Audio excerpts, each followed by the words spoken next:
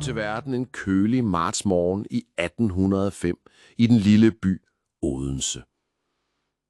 Min far var skomager, en stille mand med store drømme i små rum.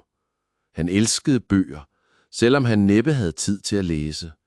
Min mor, en simpel vaskekone, bar livet med en styrke, som intet eventyr kunne rumme. Allerede som barn var jeg anderledes. Høj, tynd, drømmende. Jeg talte med ting, som andre ikke så, og fandt historier, hvor de fleste kun så skygger. I mig er både en længsel, som jeg ikke kunne sætte ord på, kun skrive ned. Da jeg var 14, tog jeg til København.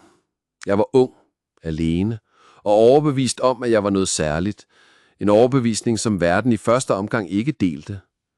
Jeg vil være skuespiller, men min stemme brød, da jeg skiftede stemme. Jeg prøvede at synge, forgæves. Så begyndte jeg at skrive. Først digte, så teaterstykker. Næsten ingen lagde mærke til det.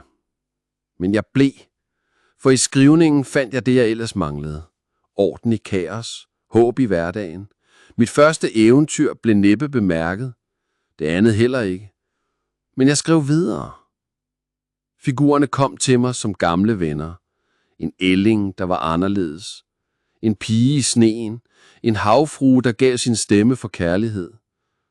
Jeg rejste meget, så kongelige hove, mørke gyder, og imellem dem mennesker, som de virkelig er. Sårbare, håbfulde, undertiden grusomme, ofte smukke. Jeg var ofte gæst, sjældent hjemme. Mit hjerte tilhørte mange, men blev aldrig helt gengældt. Måske var jeg for meget, eller altid lidt uden for det, man elsker. Jeg døde i sommeren 1875.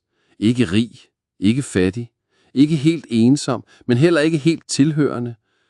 Min historie blev tilbage, selvom jeg ofte ikke vidste, om de nogensinde ville blive læst. Og hvis du spørger, om jeg var lykkelig, det ved jeg ikke. Men jeg har levet. Med åbne øjne, med en fjerpen i hånden, og med håbet om, at de stille ting nogle gange skaber det største. Jeg kom til verden